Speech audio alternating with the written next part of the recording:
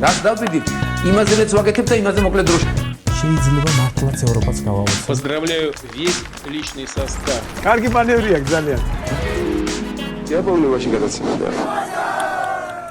თქვენთან არის ვაშა გადაცემა. თენგის გოგოტიშვილის პოდკასტი. აუცილებლად გვიყურეთ, აუცილებლად გამოგვიწერეთ ნებისმიერ პლატფორმაზე. YouTube-ზე, Facebook-ზე, Instagram-სა და TikTok-ზე. საქართველოში ევროპულ ფასებთან შედარებით არის ბევრად უფრო მაღალი ფასები. ზოგიერთ შემთხვევაში არის 50% მაღალი ფასი, არის ორჯერ მეტი ფასი, სამჯერ მეტი, ანუ საკმაოდ დიდია სხვაობა ფასებს შორის. ფეხზე ადგომით უნდა უკრავდეთ და სამკაც ახლა. ფეხზე ადგომით.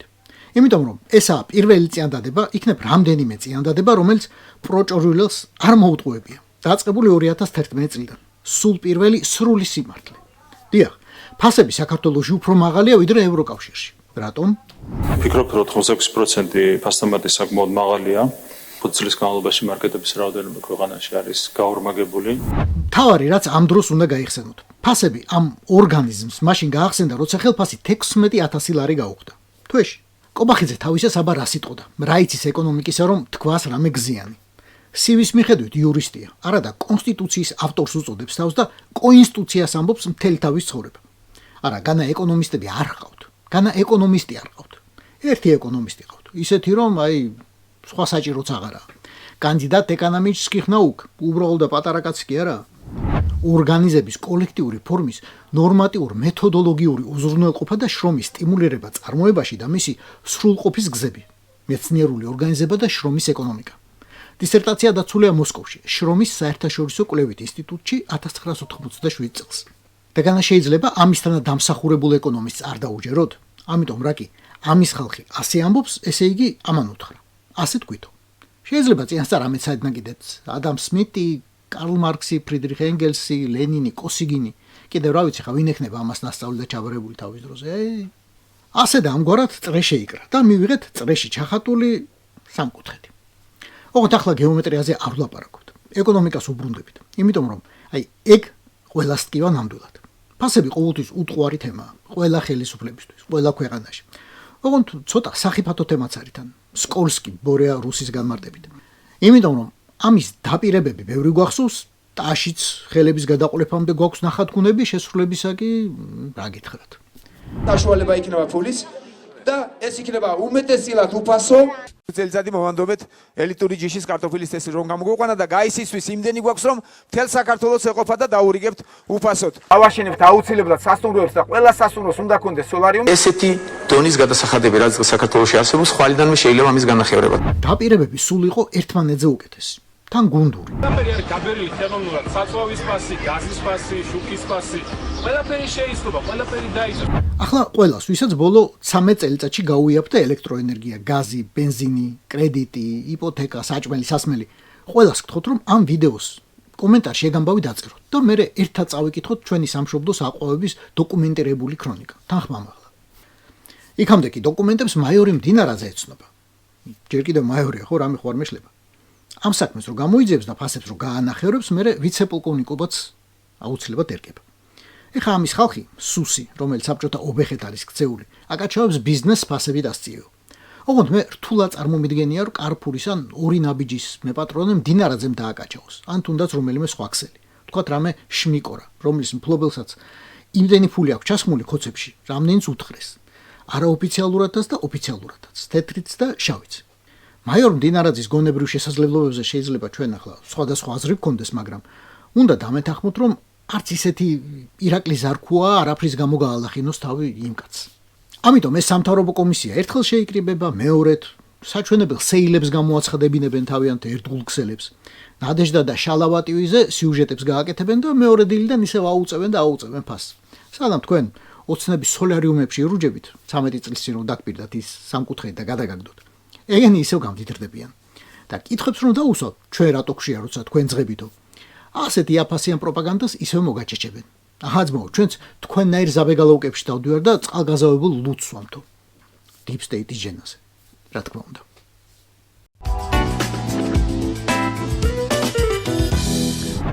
ხოცი დიდ შარში გაეხო. ისევ შარში. ახლა პირდაპირ ცხვირზე ააფარეს საბუთი, რომ რუს სანქციების გვერდისავლაში ეხმარება. კუცირისკოცია შეემჩნია, მაგრამ ასეთ რამებს არ დაუვიწყებენ. საუბარია კომპანიაზე სახელად Arnica Trade, რომელიც რუსეთს ფინური ტექნიკით ამარაგებს. კერძოდ ფირმა ვერცილის პროდუქციით, ხომალდების სანქცირებული ნაწილებით.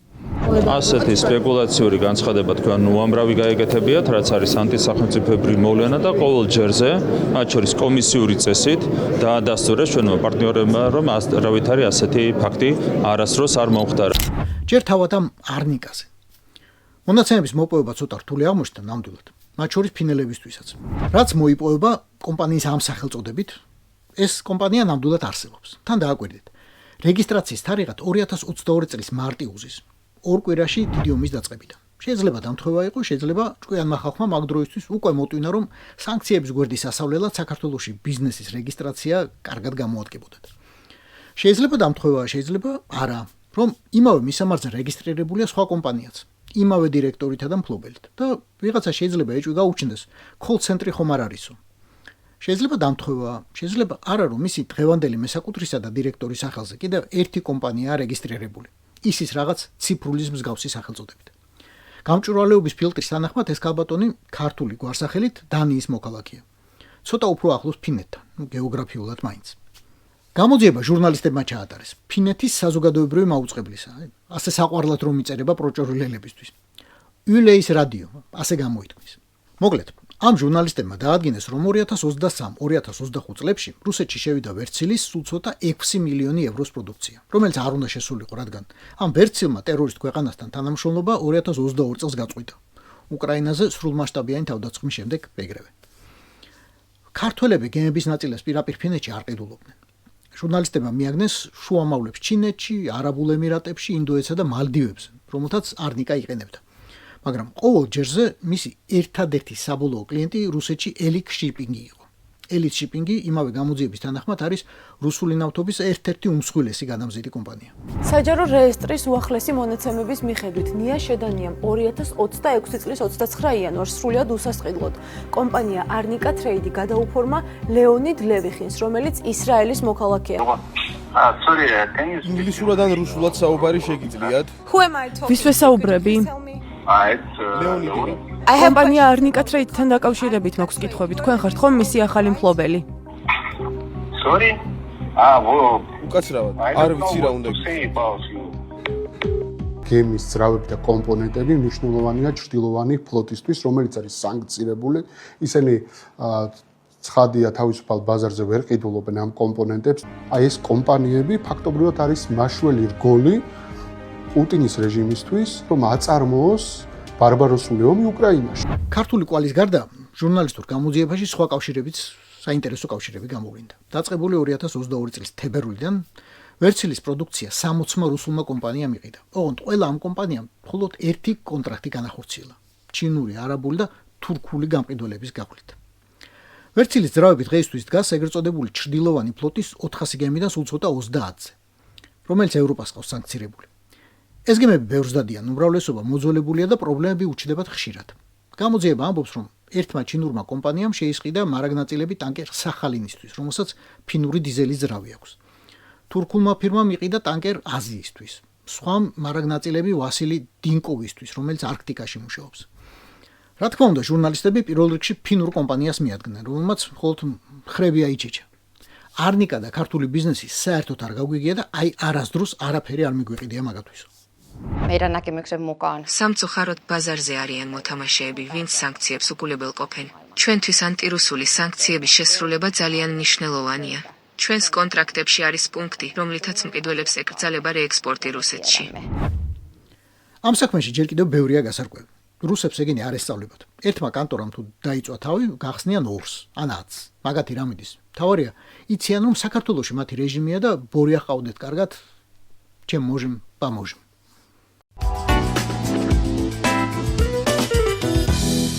გამოქვეყნდა რუსული ავიაციის პორტრეტი პროფილში და არა მხოლოდ ავიაციის. ეს სტატისტიკა ზოგადად სახელმწიფოზე გვეუბნება ბევრს. თქვენ ახლა უყურებთ რუსეთის 20 ყველაზე დიდი აეროპორტის მუშაობის კარდიოგრამას. რამდენად იცავდა გრაფიკს გაფრენები 2024 წელს და რამდენად 2025-ში. მწვანე ხაზი 2024 წელია, მოწითალო 25. ალბათ პროცენტების კითხვის გარეშეც ამჩნევთ, რომ შარშან გრაფიკის დაცვა გაცილებით უფრო გაუჭირდათ, ვიდრე შარშან წინ. აქვე ერთი შენიშვნა. ამ სტატისტიკაში არ არის გათვალისწინებული 15 წუთიანი დაგვიანება. მე გარითულებაო. მოსულო. რუსი ხომ შვეიცარიელი ან ლატვიელი არ არის? 15 წუთს როცა ამბობს, ალბათ 9 საათსაც გულისხმობს. კარგი იყოს 9. ამ მონაცემები თავის დროზე 2025 წელს ვნუკოვოდან, მოსკოვის უდიდესი აეროპორტიდან რეისების სულ 32% გაფრენილა. შარშან მეტი იყო 51. დომოდედოოდან და შერემეტიოოდან, რომლებიც ასევე დედაქალაქს ემსახურებიან 50-50. ყველაზე კარგად მუშაობდა შორეული კრასნაიარსკი 75%, 10%-იანი კლება 24-დან. შემდეგ მოდის კიდევ უფრო შორეული სურგუტი 72% და პულკოვო პეტერბურგში 71%. თუმცა 2024 წლიდან ვარდნა 13% ჰქონდა. 71% ჰქონდა მაჩვენებელი ყაზანსაც თათრეთში, რომელიც ერთადერთია გამოსწორებული სტატისტიკით. 2024 წელთან შედარებით 3%-ით მოუმატია. სხვა ყველა აეროპორტი 19 უდიდესი 20-დან 2025 წელს ვერ ახერხებდა რეისების გამგზავრებას თავის დროზე. მთავარი მიზეზი, როგორც გვეუბნებიან, უკრაინა ყოფილა და მისი დრონები, რომლებიც 2025 წელს თურმე რუსეთის დიდ ქალაქებს უფრო მეტად აწუხებდნენ ვიდრე 2024-ში. უნდა შევნიშნოთ, რომ უშუალოდ ამ აეროპორტებს არავინ არ ერჩის. მათ არ უტევენ დრონები, მაგრამ ჰაერში იმდენი ეკიდება, რომ სამოქალაქო რეისები ვეღარ სრულდება.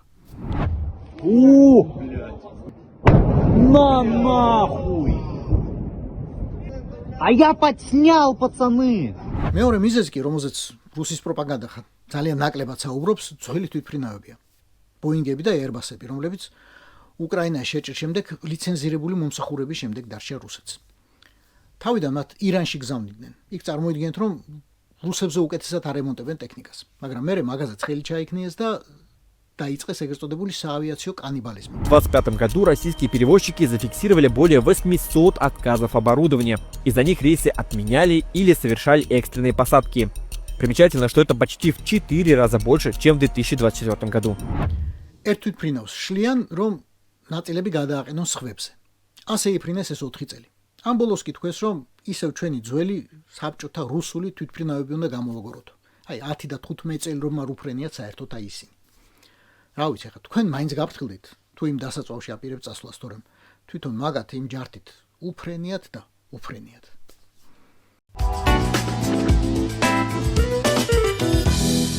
თქვენ ახლა მსოფლიოს საგანძურს უყურებთ.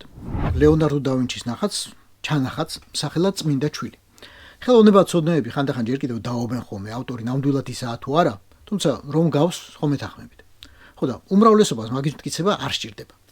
მაგრამ ახლა ხელოვნებაზე არ ვსაუბრობ დღეს. გენეტიკაზე ვსაუბრობთ. ძალიან ცნობილმა ჯექსონის ამერიკულმა ლაბორატორიამ დაიწყო დნმ-ის ნიმუშის კვლევა, რომელიც ამ ნახატზე აღმოჩნდა ახლახან. და დაადგინა, რომ მისი მფლობელი წარმომავლობით იტალიის ტოსკანას რეგიონიდანაა. ჰაპლოჯგუფით E1B1B. თავარი პრობლემა ისაა, რომ თავად ლეონარდოს დნმ არ გვაქვს. მისი საფლავი მე-19 საუკუნეში გაიძარცვა, დაზიანდა. 1863 წელს მერე ადამიანის ნარჩენები ამოასვენეს და გადაასვენეს საკურთხეველში. და არის ვერსია, რომ შეეშალა და სულ სხვა ადამიანია. მოკლედ, ლეონარდოს ბიოლოგიური მასალა დღეისთვის დაკარგული გვაქვს.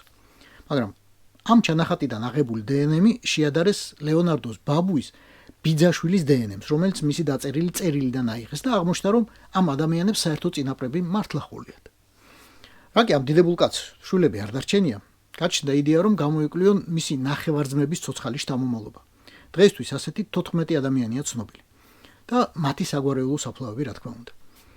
ლეონარდოს ხსენებაზე ყველაზე ცნობილი ნახატები ახსენდება, მაგრამ მეცნიერებისთვის იგივე მონალიზა თურმე უსარგებლოა. იმდენი ადამიანის ხელში გამოიარა 5 საუკუნის განმავლობაში, მათ შორის ქურდებისა და ყაჩაღების მასზე რამის ზებნას აზრი არ აქვს ამბობენ. სხვა ნახატები კი შეიძლება ნაკლებად დაბიძურებული იყოს.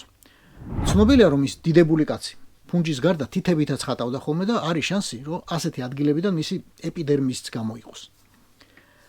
მეცნიერებს საბოლოო ამოცანად არა კონკრეტული ნახატების ავტორობის დამტკიცება აქვთ, არამედ გენიალურობის კვლევა. იმედი აქვთ, რომ ამ დნმ-ში აღმოჩნდება გასაღები, რით განსხვავდებოდა გენიოსი და ვინჩი დანარჩენი ადამიანებისგან. მათ რა თქმა უნდა მიმართეს ეკლესიასაც ქალაქ ამბუაზიაში, რომ მიეღოთ საფლავის გათხრის ნებართვა, მაგრამ როგორც მოსალოდნელი იყო, იმათ იდეა ჯერ შორს დაიჭირეს. მეტი არგუმენტები გჭირდებათ მეგობრებო და მეტი ბიოლოგიური ნიმუში, რომ უფრო დამაჯერებელი იყოს დამთხვევაო. ლეონარდოა ეს ხალხო, ლეონარდო. ეს იყო ვაშა გადაცემა. თენგიზ გოგოტიშვილის პოდკასტი. გვიყურეთ, მოგვიწონეთ, გამოგვიწერეთ. YouTube-ზე, Facebook-ზე, Instagram-სა და TikTok-ზე. რას დავდივით, იმაზე რაც ვაკეთებ და იმაზე მოკლედ დროში. შეიძლება მართლაც ევროპაც გავავოცოთ. Поздравляю весь личный состав. კარგი მანევრია ძალიან. დიაბოლობაში გადაცემდა.